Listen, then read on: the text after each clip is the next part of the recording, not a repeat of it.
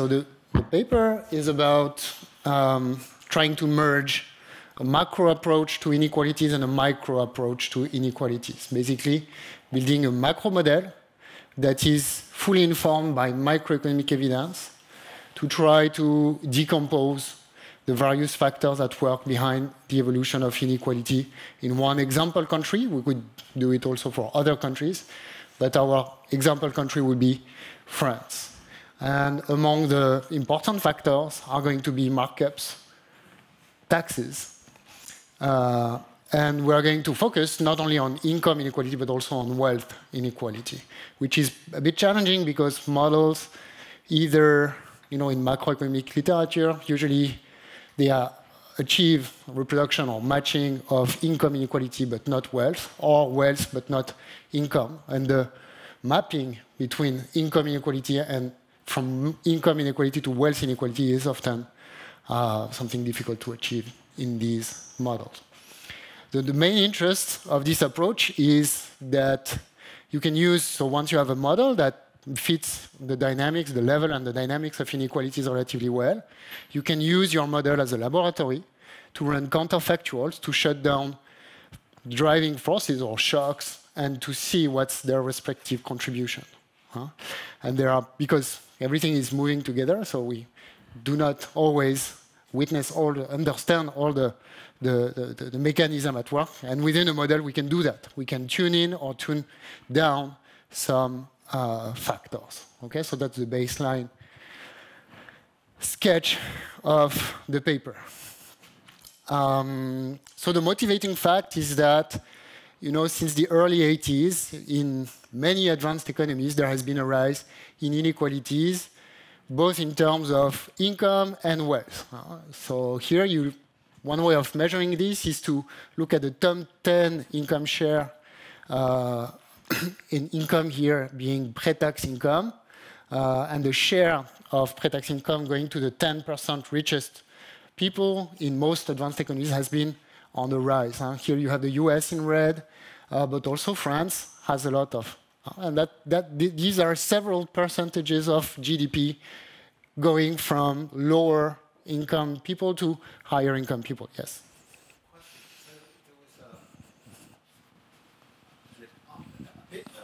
An opinion op-ed piece in the Wall Street Journal by Phil Graham, and he talked about data and whether this sort of thing is after tax. No, it's pre-tax.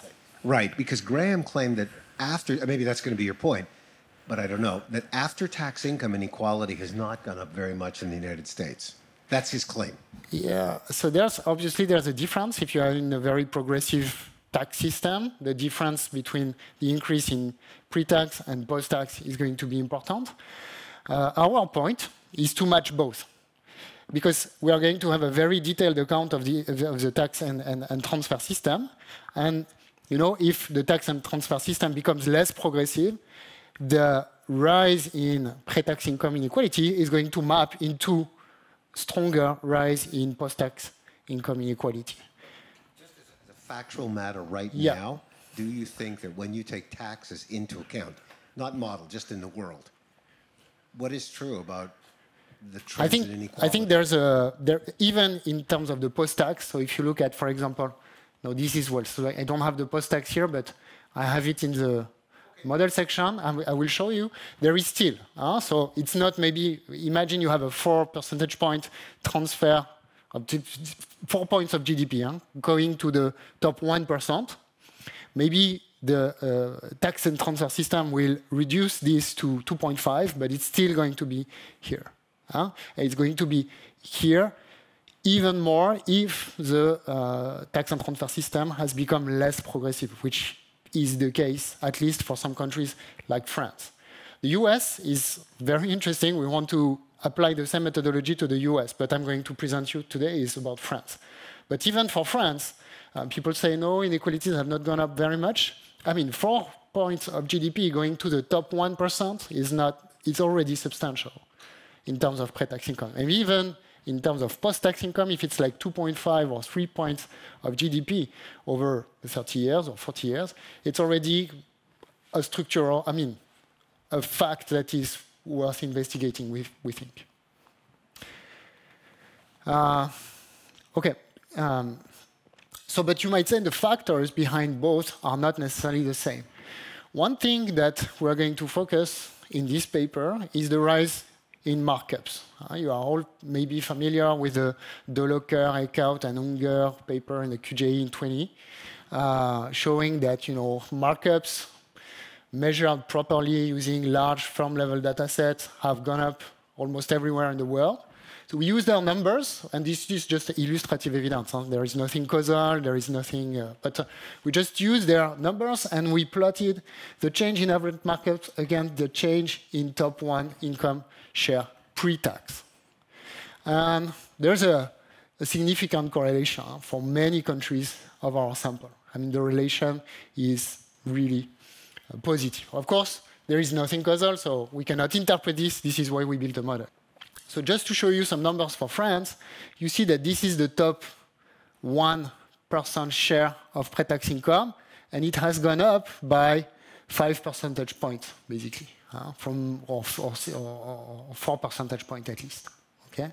So that's 4% of GDP going to the top 1% richest people. And these 4%, they are taken away from the middle 40, that is people between the 50th and the 90th percentile of income distribution. And they are also taken away from the bottom 50, the people who are below the 50th percentile of the income distribution. Now, if you look at the top 10%, it has increased, but if you remove the top 1%, it's flat.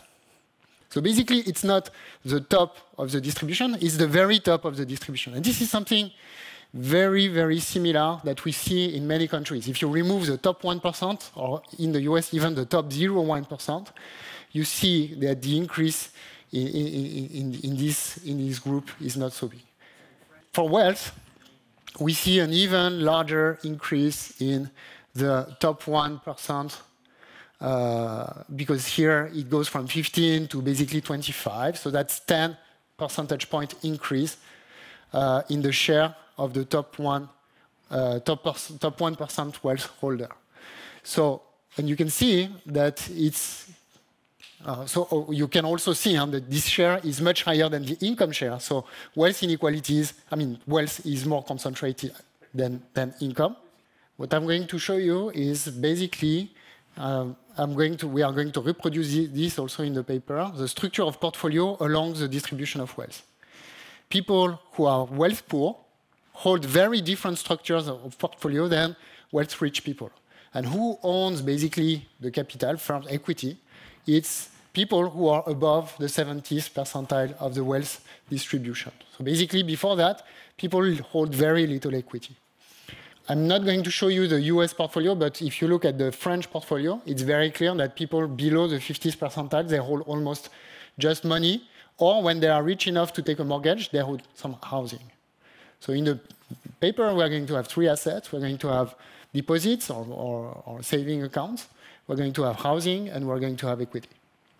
But the fact that equity is very skewed to the right of the distribution of wealth, it means that the valuation effects are very strong for the top 10 and top 1%, and not very strong for the other people. The housing effects are more, for example, important for the people of the upper middle class.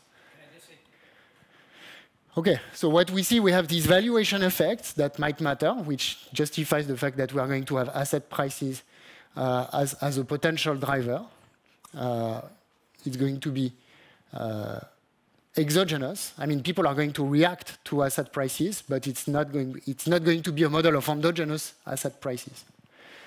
And you can also see that there is a similar trend. Okay, a rise in the top 1%, a rise in the top 10%, and a slight decrease in the middle 40, and a slight decrease in the bottom 50% of wealth. Okay, so there seems to be a connection, but the size and magnitude is not exactly the same. So maybe something is happening in the transmission of income inequality to wealth inequality, and this is also something we want to map. Okay, so the research question: what are the main drivers of income and wealth inequality dynamics? Is it taxes and transfer? Is it technological factors? Is it market power? I've shown you that markups have reason everywhere, and that there's a correlation, so does it matter? Is it a story about asset valuation effects? And also the related question is, through which channel the dominating forces translate income inequalities into wealth inequalities? I'm just kind of like asking for a little more explication, because obviously the rich people are going to hold the assets. Yes. So if the assets go up, you're going to get more inequality. Oh, they go up and they go down. Huh? Equity has a lot of variation at business cycle frequency as well. Huh? So people lose a lot as well. Right. Okay. One of the main findings we have is the following, is the fact that most of the asset price, of the changes in asset prices, they are being offset by changes in saving rates, especially for the top categories. These people have a kind of, they adjust their saving behavior in order to offset more or less the changes in asset prices. Okay, but given the equity premium, or, which is presumably in France just like anywhere else, so like on average, people who hold equity are going to be doing better over time. Yes, we also do have that in the model. So because we reproduce the composition of portfolios, and we have assumptions, and I'm going to explain how we rationalize that people want to hold money first because they're associated with positive utility as given liquidity services. And then they want to have housing, but they have to accumulate a deposit before they can take a mortgage and earn housing, and then get the positive housing service in utility. Because of that, the lowest return is money, the medium return is housing, and the highest return is equity. And we will reproduce, through the composition of portfolio, the fact that returns are increasing in wealth, which is something that we also have in the data, that people who are wealthier, they earn higher returns on their portfolios. For us, it's not about skills, it's about portfolio composition. Let me just corroborate exactly what you say. This is for France. This is the composition. So this is, the people here are ranked in terms of their wealth. Okay? So you have wealth-poor people, wealth-rich people. And here you have the composition of their portfolio. This is from the data. This is from the model. This is what we reproduce. Okay? So it's kind of cool because we kind of reproduce the fact that people, below the 30th percentile, they hold basically just liquid cash. In the model, we rationalize that by introducing money in the utility, basically. So we have a utility yield that explains why returns are not equal and that there's a premium for other assets compared to money. I mean, we tune in the parameters in order to reproduce that in equilibrium. And then people hold housing. And even though, in the data, housing has lower returns, why do they do that? Because we consider that they have this utility yield from having housing. Either it's because it's housing services or because it's a spirit for property, I don't know, but they want to have that. So we tune in a utility function, the parameters, so that the equilibrium is consistent with housing returns being higher than deposits, but lower than equity. And then once people have saturated their preferences for deposits and housing, then they diversify the portfolio towards equity. And you see that equity holding in the model, almost as in the data, is very concentrated at the top of the wealth distribution. We rationalize that through utility, but this is a deep question. Why do poor people not buy equity? I think that this is maybe financial literacy, or I don't know. Or maybe there are invisible costs, or risk aversion, maybe, different risk aversion. Yeah. Okay. So let me just give you a preview of what we do. We have, I believe, three main contributions. Can I just go on this? Three main contributions in the paper. We have an original model. We have in which we have an explicit link between firms' market power and top income share. And we are going to give the monopolistic profits that you know in the representative agent model. We are going to give them to only a subset of very rich people. We are going to call them entrepreneurs. And we are going to use data about markups, and because markups are rising, the share of income going to these people is going to rise. And we are going to see if it's enough to account for the observed rise in pre-tax income inequality. One of the big things of the model is we did a lot of work to have a very good and granular representation of the tax and transfer system. One contribution is also that we have three assets with endogenous portfolio decisions, as I described. What we fit the pre-tax income distribution, the post-tax income distribution, and the wealth distribution from the bottom 50% to the top 1%, which is notoriously difficult, especially for the top 1 wealth percent, because we also fit the composition of wealth along the distribution. And then, once we have this steady state, we feed the model with exogenous shocks, and we see if we are able to recover fully the dynamics of inequality on these three measures, and then decompose the respective contributions of each of the factors. So I'm going to skip to the model directly because now it's becoming a bit long. So we have two types of households. We have workers and we have entrepreneurs. The workers, they're going to have this labor income risk. It's idiosyncratic, and we are going to discretize over 3 states. And then we have entrepreneurs. They are not working, so they are not supplying labor in a regular way, but they are receiving the monopolistic profit from firms, and we treat 70% of it as labor income and 30% as capital income. Also, what is very important, especially for these incomes to translate into these top incomes to translate into top wealth shares, we need the status to be risky, right? I mean, we assume that the status is risky. So the probability of losing the status of entrepreneur is higher than the probability of gaining the status. So with this, basically the main saving motive in the model is going to be, as in any Ayagari or Boulay model, precautionary savings, right? If you feed a model with only this motive and even a very good calibration, you will never be able to match the top 5 or the top 1% of the wealth distribution, right? You know that. Why? Because in the data, even people who are super rich and they face almost no individual risk, they keep on saving. So we introduce this additional saving motive, which is wealth in utility. It's a reduced form way to capture, to account for bequest motive, typically, or altruistic motive, or intergenerational motive.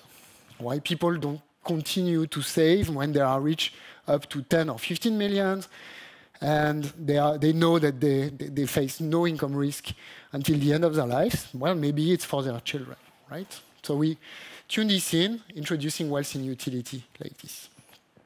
So we assume that household J can hold 3 assets: deposits, indivisible housing, so there's a minimum amount that you need to buy, and equity capital. Let me focus on the budget constraint. It's a bit complicated because we have many taxes, transfers, and we have different tax bases, and not all taxes are progressive, but some of them are. So let me guide you through the different concepts of income that are going to form the aggregate national income. At the individual level, the income of a person, the labor income of a person will depend on whether she's working or not. If the person is working, then they have this labor supply LJ multiplied by WJ, which is the individual wage affected by the risk. This new parameter captures the net operation of the pension system. Okay, that's what is going to account for the fact that in France, at least, people contribute less than they receive. So you have an extra benefit. And because we consider dynasties, it doesn't really matter that it's not exactly this individual. And then you add the share of profits that is considered labor income. It's considered labor income in the tax system. Therefore, this is subject to social security tax. Okay, so that's the labor income part. Now, The capital income part is the return on capital, the return on housing, the return on deposits, and you have the 30% share of profits here. Okay? Now, total asset or total wealth is going to be the sum of the relative price of each asset and the amount of each asset that is held by household J. Now, this, I'm going to tell you exactly what it is, but it's a mix of consumption of goods, consumption of housing, and consumption of or holding of deposits, right? Remember, we said that we are going to account for the fact that returns on deposits are lower than returns on housing, which are themselves lower than returns on equity. It's going to be because this is going to be a bundle of these three items. So we have this trick to solve the model as a one-asset model because we transform the budget constraint of households into from a one-asset problem to a, from a three-asset problem to a one-asset problem, and we introduce the opportunity cost of holding housing, the opportunity cost of holding money as an expenditure that is going to help us pin down the composition, of lambda, which is the aggregate expenditure across consumption of goods, housing, and money. What is also very interesting is that it simplifies the treatment of capital gains, which is also quite interesting. Just remember, we also have endogenous labor supply. It's not all about savings. It's going to matter, but mostly for the bottom of the distribution, not for the top of the distribution. We have a representative intermediate good producer. Here is the TFP level. And then we have monopolistic competition on final goods market that are going to account for the fact that part of income goes to profits instead of going to wages or equity, or returns on equity. That's the government budget constraint. So we solve the stationary distribution based on 1984 data. Why do we choose 1984? Because it's the year of the tipping point for inequalities. Inequalities were falling before this date and they're increasing after, so we want to capture the increase. So we built a stationary distribution based on data, and then we do transition dynamics. Okay, we solve perfect foresight simulation to track both the aggregate, but also all the inequality measures and see whether we are able to reproduce the dynamics, given that our calibration only targets 1984. Okay? Nothing about the dynamics. So we use complicated codes to solve this very, very heavy object. For the data part, I'm not going to insist too much. I just want to show you how we deal with progressive taxes and transfer, because I think this is important. In most macroeconomic models, you pull all taxes together. You call that income tax, and you estimate one parameter for progressivity and one parameter for the average level of the tax, right? We do differently. We have separated all the tax bases, labor, capital, capital income, consumption. We have transfers, and we estimate progressivity and level parameters on segments of the actual distribution of tax rates. Let me show you how it looks. For example, for the income, so individual social security tax rates, okay, here you have the distribution. So you have the tax rate paid by the poorest people. Then it goes up. So if you look at this, you say, oh, this is very progressive. But if you look at the upper part of the distribution of tax rates, it looks very regressive because richer people, I mean people who have higher labor income, pay lower tax rates in the social security tax rate. So if you want to account for that, you cannot just estimate one line. You have to estimate segment by segment, which is what we do for this tax. We have this segment, this segment, this segment. So we have different level of progressivity on this tax rate, but we do the same for the individual income tax. You see the income tax is very flat at the bottom in France. This is the tax rate, and this is the tax base. This is the log of the tax base divided by the mean of the tax base. So when it's below 0, it means that you are below the average tax base, and above, you are above the mean of the tax base. And this is the tax rate paid for social security tax in 1984 in France. Yeah, but this also comes from that it's social insurance and that beyond some level of income you do not a deduction. Insurance. So you do not pay premium because you do not have access to insurance. Typically for unemployment above a given salary, you do not pay unemployment premium, social taxes, because you do not. No, I agree. I agree. But this is just to say, if you put that in a model and you don't account for this part, for example, you do not get the right progressivity/regressivity pattern. And same for the income tax. So this is the income tax rate that you pay on your income. It's very flat at the, here below and very close to 0. And then it increases. This part is slightly increasing, and this part is much steeper. So it's very progressive. Okay? So here, what is the problem is that in France, they calculate these taxes on the raw value, while when you pay, for example, taxe foncière, you pay on not on the net value of your house, but on the raw value of your house, which is completely insane. You do not have a deduction for your loan, for example. Okay, so this is why they have this, but in the model, we have net wealth, a tax on net wealth. Yes. So you are going to trust us that we do a good job in calibrating. So how do we validate the model? Patrick? How do we calibrate the model? So how does the model perform against the data? So you have the different measures of inequality in the data, different measures of inequality in the model. Of course, we use pre-tax income inequality and wealth inequality to actually calibrate the model. So of course, the model, the model does a good job because we targeted that. We don't target the post-tax distribution here, and we do a pretty good job. So can I just ask about how the model, so you said before that you take the asset prices as given, so this is not a full general equilibrium model, this is fully general equilibrium, and this is the stationary for the distribution for 1984. So we normalize the asset price to 1, the relative asset price to 1. But the asset prices are endogenous in the model? No, they are not endogenous. We are going to tune them in exogenously as a driving force. How is it general equilibrium if you have exogenous prices?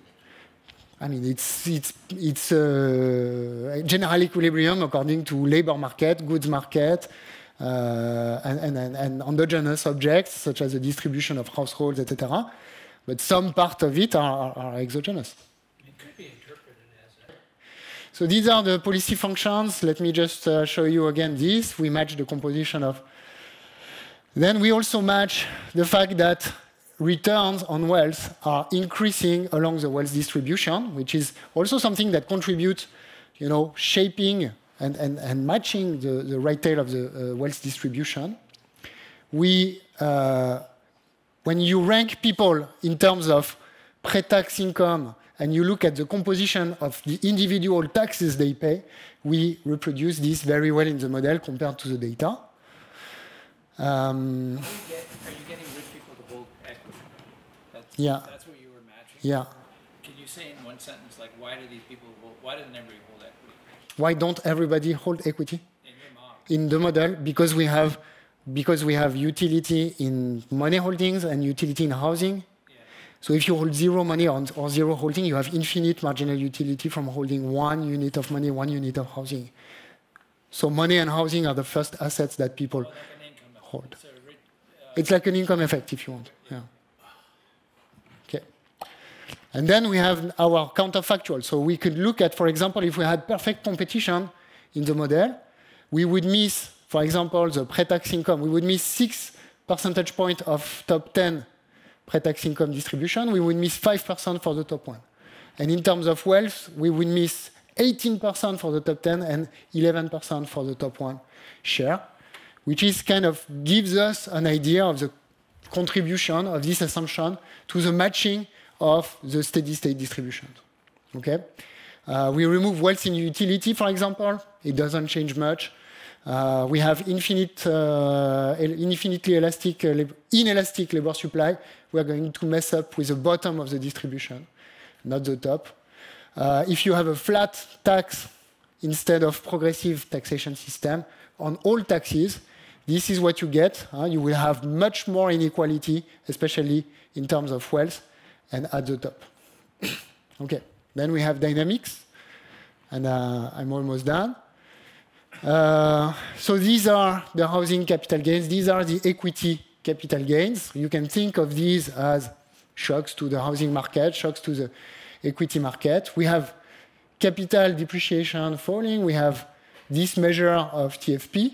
We have the excess replacement rate of the pension and unemployment system. That is the excess benefit that people receive compared to their contribution. And you can see it going up over time, especially after 2008. This is the government spending expenditure. This is the VAT rate. This is the effective VAT rate. This is the corporate income tax rate. And this is the markup that is going. There's almost 5% increase, 5 percentage point increase in the markup. So we do this with all these variables, but also with all tax parameters, transfers parameters, be they flat or progressive, from 1984 to 2018. And we assume a constant return on housing and constant return on deposit, but we did the simulation with variable returns, and it didn't change much. How do you actually do this? So, like capital depreciation, you tell them at zero that this will be the path, and then they re-optimize, or every period they wake up, it's a shock? Yeah, every period they wake up and there's a shock. We use the extended path approach to this. They're surprised all the time. Yeah, they are all the time they are surprised. It's like a new MIT shock every period. Let me just show you. So this, we match things that many macro papers do not match. In particular, for example, the wealth-income ratio. It was around 3 in the 80s. Now it's more than 5. We match this very large increase. We match the aggregate portfolios, so to speak. Okay, so the share of housing in wealth, the share of capital in wealth. We match the dynamics of national income. We match consumption to GDP, the labor share, and we see that the increase of profits is going to be something very important. We match the structure, aggregate structure of taxes over time, not only the individual features but also the aggregate features, and we match the dynamics of the share of pre-tax income, post-tax income. This is the top 1%. And we match up to the top 10% wealth share. Okay, this is the top 10% wealth share, its dynamics. And we match part of the increase, a substantial fraction of the increase in the top 1 wealth share. Okay. The bottom line is you're going to attribute the increase in income and wealth inequality to the growth in market power. Yes, income, not wealth. Income, not wealth. Okay, so if you do, this is the counterfactual. This is with just technical factors, depreciation, TFP, growth. Okay, flat, nothing happens. If you tune in taxes, the fact that taxes have become less progressive in France, which is the case, you have a very, very slight increase in this measure, but clearly far away from the data. If you give markups, you match almost 80% of it. Okay, and with markups and taxes, you get 100% of the effect. The contribution of markups to wealth is less important, and the contribution of taxes to wealth dynamics is more important. So let me show you. This is the dynamics for wealth shares. If you have technology factor or production factors only. That's because we all get it, right? Yeah, exactly. That's because we all get it. That's for taxes. You see now the contribution of taxes to the dynamics of wealth. So here the markups remain constant. So if you just tune in the tax parameters, especially on wealth, it becomes more important. It drives more of the wealth inequality than of the income inequality. So we believe that wealth taxes, in particular, are more important in France in understanding the shaping of income to wealth inequality. Of course, when you have markups only, it does not contribute so much to the dynamics of wealth inequality. Of course, it contributes in the right direction, so to speak. And if you combine both, and you abstract from capital gains, you still get it almost perfectly right. But capital gains, and this is my last slide, if you do a decomposition of the contribution, okay, you can do it. This is the total variation of the top 1% in wealth. And this is the contribution of pre-tax income inequality. So you see it's relatively small, and it's mostly explained, it's the 10 percentage point of these are explained by markups, and 4% by taxes. So this plus this equals 14%, 14%. The tax progressivity per se does not contribute a lot. What contributes, and here, so for example, the contribution of capital gains inequality is 0, because all these cases are tuned off the capital gains. But when you tune in the capital gains, you get a minus 40% contribution to the 43% increase to the top 1%. Why? Because rich people, as you said, Sergio, they hold equity, not housing. And what happens over this period is that mostly it's the housing price that has gone up. The price of equity has gone up, but 2 times or 3 times less than the price of housing. So most of the capital gains, they benefit the upper middle class who own the housing. Okay? But what is very interesting is to look at the contribution of saving rates inequality, and then I'm done. You see that it adjusts to offset almost all the movements, and in particular, the movements in capital gain inequality. Okay, Aurélien, thank you very much. Thank you. It's a very, very cool paper, remarquable papier. Let's have lunch.